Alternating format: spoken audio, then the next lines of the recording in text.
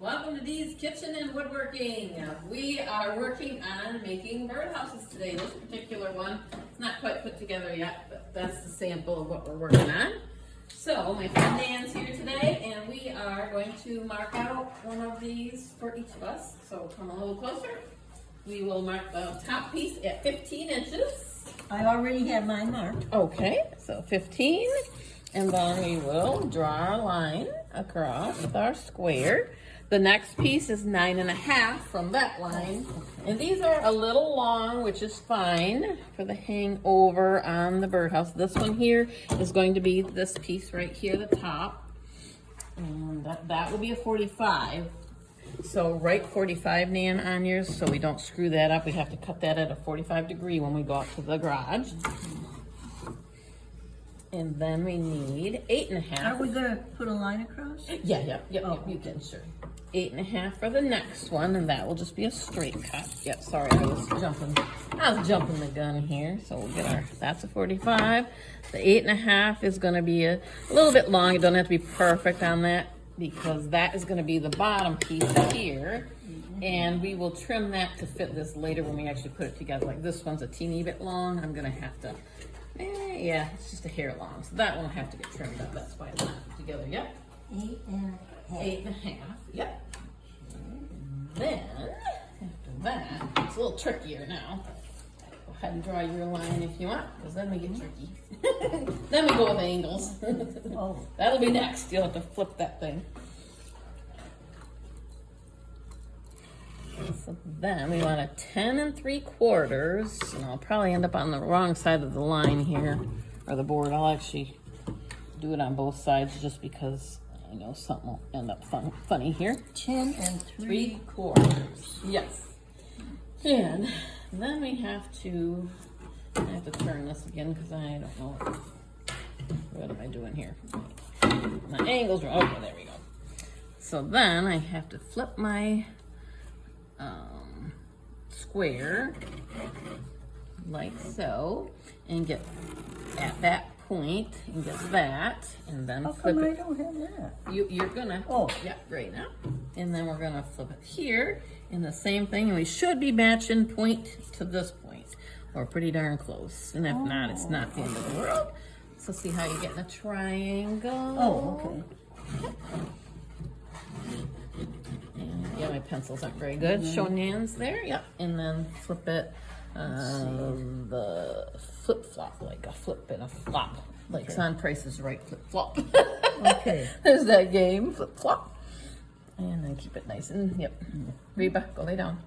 And yes, our shop dog is here. That's Reba, she's always busy. Isn't she? Yeah. Our shop photographer. Yep, and Isaiah, he is our video guy.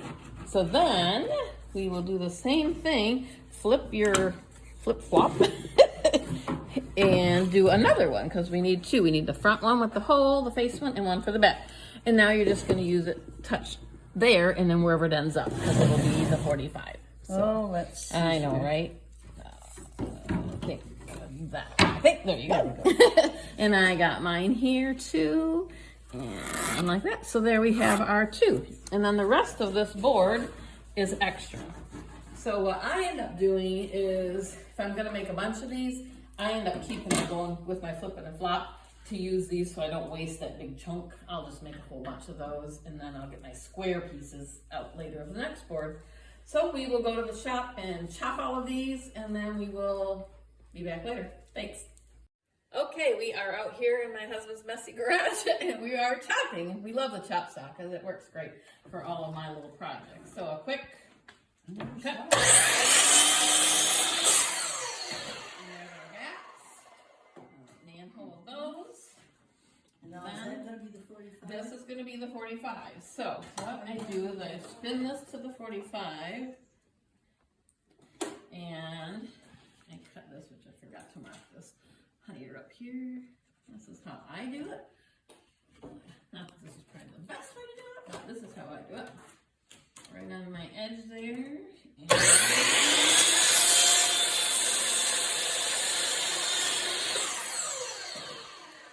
have a 45 on our, that's our roof board. See, I'm way off my line, but that's all right, it'll be longer.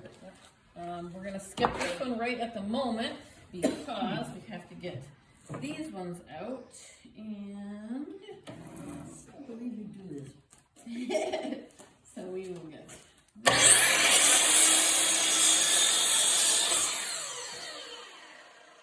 don't mind if my hand's over here, so I'm good with that. And then this one, I forgot which way it goes. I have to mark this one. There's all these extra marks you gotta make to make it work. You can use a scroll saw too. You can use all kinds of different ways, but I don't mind this chop saw at all. I kind of like it. It's quick, it's easy.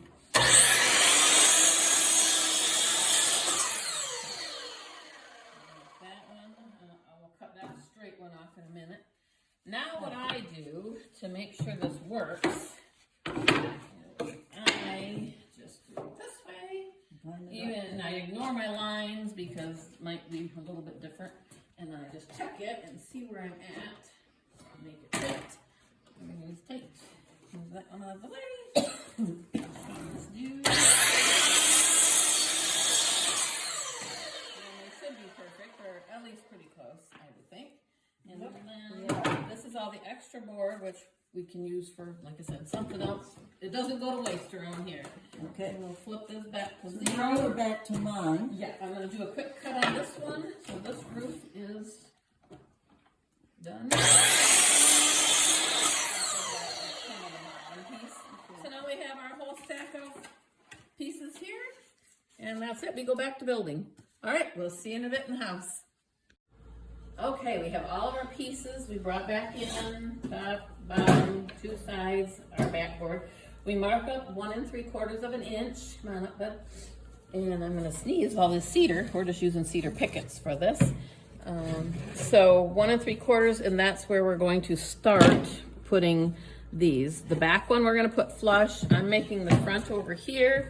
So I went ahead and marked a 1/4 inch mark all the way up the side here, like so. So that's what I'm gonna follow. So I have this little indent here. Let me show that. See the little indent here? The first one, you can leave it out to the edge if you want to. I didn't care for the look as much when I made the first one and it was like that, so I went ahead and indented it 1/4 inch. So I'm just gonna mark that one side where's my face is, and we will put it there. So we're gonna glue each of these and pin nail them on. Careful, there's a ball on your foot, dog, don't trip. And we're gonna drill our hole. So that is another choice you have to make.